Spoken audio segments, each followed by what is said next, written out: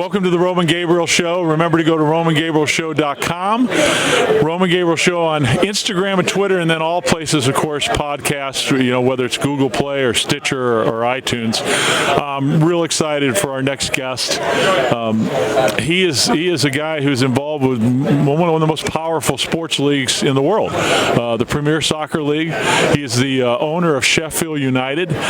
He's Prince Abdullah, and he's here for the Super Bowl to see his team, the San Francisco 49ers, hopefully win a Super Bowl, right? Yes. So, I went to the Baltimore one. It was hard crushing defeat, but hopefully we'll make it right this time. Yes. Well, they got a great defense, and they can run the ball. And when you can do that, you're in pretty good shape, because they're going to have to do that. That young quarterback in Kansas City is pretty tough. Yes. It will be tough, but I can't say I'm very confident, but I'm cautiously optimistic, let's say. Okay, so tell me how you have a passion for the Niners. How did that come about? The first game I ever saw was the Super Bowl when Montana threw that touchdown pass to Taylor. Yes. And since that day, I was hooked. I never missed a Sunday, and I'm serious. Really? Since then. I always, when there is football, I'm always either in my home in Riyadh or in Los Angeles. Yeah. Football is my passion. 49ers is my passion. As I said, I don't think I missed a game since 1990. So you're a DirecTV NFL package guy, right? Yes. To get your Niners, even right? before DirecTV, remember when we had the satellite? Yes. Yeah. DirecTV came later. Yeah. But for me, it's the most beautiful sport. I like it more. I like it in the old days a little bit more, but I still love it. So who are your favorite Niner players in all of Niner history? Who do you like in the 49ers? I have 4 or 5 if I can. I have Jerry Rice, yes, Ronnie Lott, Montana, and Young. Young for me is the most difficult job in sports, to come after a legend and succeed. Yes. It's almost impossible. Yes, and he did it. I like also Bryant Young. He was a good defensive lineman, Hall of Fame. Yes. 49ers against the Kansas City Chiefs this year. And man, the San Francisco 49ers, what a comeback from a year ago. And that's what makes the NFL so great, is that you can reload and that you got a great coach. They brought some great people in. And, of course, John Lynch, who's their president, who was a great Hall of Famer in his own right with the Tampa Bay Buccaneers. It was an incredible player himself. And then you've got a staff and an ownership. Now, I hear from your assistant tells me that you've got a relationship, have some friends in the Niners organization. Yes, I was lucky. I was invited by Eddie DeBartolo when they retired Jerry Rice jersey, and I know a lot of 49ers. As I said, the 49ers are my passion. I'll tell you a funny story. One time I was laying at bed at home watching the game, 3 a.m. in Riyadh. My wife, I told her I love you as much as I love the 49ers. And she was happy. Well, the reason why people love the NFL so much is that people have a great passion for it. Prince Abdullah is with me, Sheffield United owner, Premier League, on the Roman Gabriel Show. Remember to go to RomanGabrielShow.com. Now, how does a guy like you, I guess they call it football over there, get involved with Sheffield United in the Premier League? How did that happen? My second passion after the NFL is Premier League. I grew up playing football, our brand of football. I love all sports. I'm a big tennis fan also. I was a huge John McEnroe fan. I used to travel to all Grand Slams. Premier League is my second passion. And I wanted to buy a club, but I couldn't afford to buy a club in the Premier League. So I wanted to buy a club in Championship, which is one league under Premier League. But then somebody told me about Sheffield United. They're a great club. The first ever United club named United. They have the oldest stadium in the world right now. So I fell in love with the club. It was a League One. It was really difficult to get from League One to Premier League. It took a lot of money, effort. But for me, if you're not in the NFL, there is nothing better than being in the Premier League. Right. So how long have you been the owner? I've been half owner for 6 years. Okay. Full owner for about now 6 months. Okay. So how's that feel to be the full owner now? now? Owning a sport franchise is a responsibility. It's not like owning like a hotel or paper company or a factory, or you have to. It can't be only about profits or money, because there are so many fans that their moods, their lives, cities depends on the football. So you always have to manage it the best way you can, bring the best people with you. I think we've done good for the club, but it's a very difficult league. You can't. And one disadvantage that you don't have in American sports, that you don't have relegation. Like now, the Detroit Pistons, no matter how bad they do, they'll always be in the NFL. And the Premier League, you don't do well, you go to lower league, and then it's financial disaster. So you got to be really good. Yeah, 3 teams out of 20 get relegated every year. Wow. So that's like almost 15%. Well, that's some definite pressure, right? Yeah, definite pressures, and the financial effect is huge. Your revenue when you're in the NFL, in the Premier League, say around £150 million. You go down, it goes down to 20. Wow. So the thing about the Premier League that's interesting to me is that you have a lot of superstars in this league. Obviously, superstars drive whatever business you're in, but the biggest thing for sports is you have to have those named players that draw the fans, right? For us in Sheffield United, I'm very proud. Now we're number 8 in the table. It's our first year in the Premier League. We have the lowest paid roster in the league. Yeah. And that's almost a miracle, because we're doing it like old-fashioned way, like players who are tough, hungry, passionate. Of course, it will be a challenge, because the more success they have, the bigger salaries they will ask for. It's a challenge, but we don't have the resources, for instance, like Manchester City or United or Liverpool have. But I think that's why you have always to have people who has good eye for talent. Right. Like if we use the NFL model, usually the teams that do well, who can identify talents in the 5th round, 6th round, 7th round, not only in the first or second round in the draft. Yeah. So who on your team is kind of that player that people love to watch? We don't have we're really a team. Yes. We don't have like per se one star like the Montana or Rice or like Mahomes. It's a team. But we just bought a player yesterday. It's the most expensive player in our club history. We bought him for around £23.5 million, and I think he will be very good, because he was sought after from all big European clubs. I think he will be. We want to have the team as a star, but I think he will be very popular in the future. I'm with Prince Abdullah. He is the owner of Sheffield United in the Premier League, and here, and also a big NFL fan. And have you ever brought any NFL players or coaches or anybody from the NFL over to your way to where you're at? I'm very good friends with Hakeem Olajuwon. Yes. But that's the NBA. NBA, yeah. Ahmed Rashad been to my house in Riyadh. Yeah. But NFL, I don't remember. I've met many of them, like many times, but not in Saudi. Yes. Well, Hakeem Olajuwon, one of the great NBA players, one of the top 50 players of all time. Yes. For me, one of maybe the top 3 centers of all time. Yeah. So were you a Kobe Bryant fan at all? My God, what a sad story. Yes. Although I'm a Lakers fan, I always I loved Kobe, but I always thought I did not want anybody to say there was anybody better than Jordan. Yeah. Michael Jordan, although I'm not a Bulls fan, but how can you not? I think if you talk outside the court, inside the court, he's a unique player, educated, speak many languages, good family man. I think he's one of the rare athletes who maybe would have had a greater career after like retiring than his career. And we know how great he was.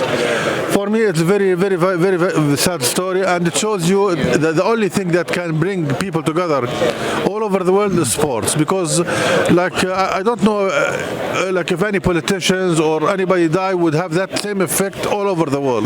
Yes. Like I'm in Saudi, I get notification on my phone. I go home. My wife knows about it. My daughters know about it. We're all sad. We never met Kobe, but it's a tragedy, really. Yes, it is. Yes, it is. In fact, his helicopter went down 4 miles from where I grew up, and I know the exact area where the accident happened. We used to drive by there all the time, but you just never know, what's going to happen. But he certainly is an icon and somebody who changed the game of basketball. Just an amazing athlete, and what they say is extremely intelligent and diversified, and had a lot of great things going on in his retirement year. I was lucky. I'm a season ticket holder for Lakers. I spend like 4 months every year in Los Angeles. I've been to many Kobe Bryant games. I was there in the 7th game against Boston Celtics, the year the Lakers won. I mean, what can you say? I mean, I just feel bad for his wife and for his 3 daughters, for his parents, and his legacy will live forever. So when you're in Los Angeles, you say for 4 months a year, do you see as much sports as you can while you're out there? Yes, I have. As I said, I have season tickets for the Lakers, Clippers, and the LA Kings. Okay. I don't go to as much. Now I'm at a stage in my life where I like to watch games on TV. I don't like the hassle of going parking. And TVs are getting much better. And if you lose, you just put the mute button. That's right. Well, the good news is the Lakers and the Clippers look like they're headed for the playoffs, and it's kind of a argument out there about who the best basketball team is. They're both lost really good. I think every time we played the Clippers this year, we lost. I think in the playoffs it will be different. But what I mean, if you're a fan now in Los Angeles, you can't complain. You have the best 2 of the best basketball teams. Well, I grew up during Showtime out there, with Magic Johnson, James Worthy, Kareem Abdul-Jabbar. Watched Elgin Baylor and Jerry West when I was a kid. My dad used to take me to the Laker games when I was about 9 years old. That's the time where I really fell in love with basketball, was the Showtime and the Detroit Pistons, the Bad Boys, when Michael Jordan started to come. Like late 80s, early 90s basketball. Like for me, I think basketball and football, like the physical part made the game for me at the time more like enjoyable. Yes. Now, I mean, like you watch basketball game, it's like you're watching the All-Stars. Nobody touches anybody. It's like 150, 140 every game. Like I really had more fun watching like basketball before. Right. But maybe we're old-fashioned. Yeah. The 80s were incredible. I mean, when I grew up out there, the Showtime Lakers were the biggest ticket in town. Contrast. You had Showtime, and then you had the Detroit Pistons. Yeah. And then you had the New York Knicks with Pat Riley and the way they play defense. And then when Wayne Gretzky came to the Kings, I watched all those games too. That changed the whole picture for hockey out there. Now the Dodgers are, they haven't won the series, but certainly knocking on the door for the last 3 years. I just don't want football to head where basketball head, because now, I mean, you remember the Montana days? Yes. How many times he broke his back one game? Yes. Now you touch a quarterback, you go to jail. Yeah. I mean, that's one of the reasons why quarterbacks today are flourishing, because when you know that you're not going to get hit, when you know that you can take an extra second and you can step into a throw without getting it in the mouth, and the only place that can hit you is about right here. This is my argument when I compare Brady to Montana. I always think Montana is better, and my argument is it's very easier to play any sport, even soccer, when you don't get hit. I mean, when you know that any second you could be massacred, it's very difficult to play. Well, I think that San Francisco, Joe Montana, certainly you go 4 Super Bowls and you win them all. No interceptions. The thing about Brady that's interesting, though, is that he's always done it with different people. Yeah, they've never really had. He's never really had a dominant wide receiver. But also you have to put into effect like it was very difficult to play receiver in the past. Now you can't even touch the receiver. Right. Any mediocre receiver now can have big numbers. No. When I played, you could hit the receiver until the ball was thrown. Yes, I mean, the rules are all bent towards offense. There's no doubt. That's why I argue that now you don't have to have Hall of Fame receivers to have a great year. Yeah, and it's hard to compare eras. I try, like I said, people try to do that, but there's no doubt about it that Joe Montana was one is one of the top 2 quarterbacks in the world and best in his era. You say one of two. Who's the other one? No, I think he and Tom Brady are going to go down as the 2 best quarterbacks ever. I mean, if you say Montana 1-2, we'll be friends for a long time. Well, listen, I think it's arguable, but I don't think you can argue the two times that they played. The rules were completely different. You had different. The other thing too is the size of the players on defense today and the defensive lines. The speed is much different. Yes. And I just enjoy watching them both play because they both have the same mentality. They're both great competitors. You can't argue Brady is a great quarterback, and I think in any serious conversation about quarterbacks, he and Montana has to be 1 and 2, sure. 2 and 1, whatever. And but we're lucky. My generation, me and you, have seen more. But they didn't have free agency back in Montana's day, so they had the same teams that could play together for a long time without these Cowboys before the free agency in the early 90s. Yes. The thing that will never be done in this era of football is what the Patriots have done to go to. What the Patriots have done is unbelievable. As an owner, this league is made for a 2-year run, and then you're down at the bottom, or you're 8-8. Yes. But for them to do this every year the way that they've done it under Belichick, it's amazing. I mean, I don't want to be take cheating and all this controversy out of the way, but you have to respect what Belichick, Kraft, and Brady done. Well, it's an incredibly run organization. Everybody I know that's played for them tells me that's just different the way they do things. I was lucky. I was invited one time. I met the son of Bob Kraft, John Kraft. Yes. I really everything they do is A1, and I think that even when Eddie Barter was the 49ers owner, he did that. I think it always starts from the top. If the owner is good and demanding, and he knows how he's a winner, and he knows how to pick the right general manager. Prince Abdul is with us on the Roman Gabriel Show. Go to RomanGabrielShow.com, and I was going to ask you this: who's the most interesting celebrity or political person or sports person that you've met in your life? I met President Jimmy Carter. Yes. And I've been lucky. He visited also my home in Saudi. For me, he is an idol because he's the one political person who he's done after his presidency the most good in the world. And he's modest. He's now 90 years old. He keeps doing good things. For me, he's one of those. I mean, I've been lucky. I met Alex Ferguson. He's a very interesting person. For me, my passion is sports. I tend to name sports. So who's the football player you're most excited about? Our football or your football? Your football.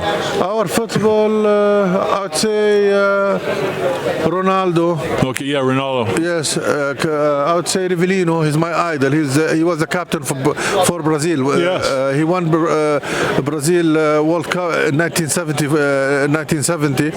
For me, he's my idol for all time.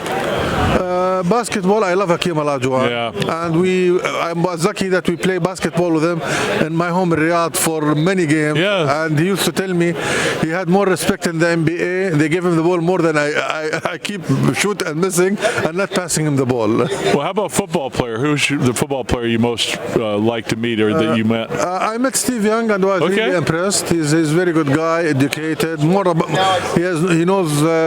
For me, if I have to pick only one name, my favorite, it will be Steve Young. Because to come after Joe Montana, it's almost mission impossible. You cannot top what Joe Montana did.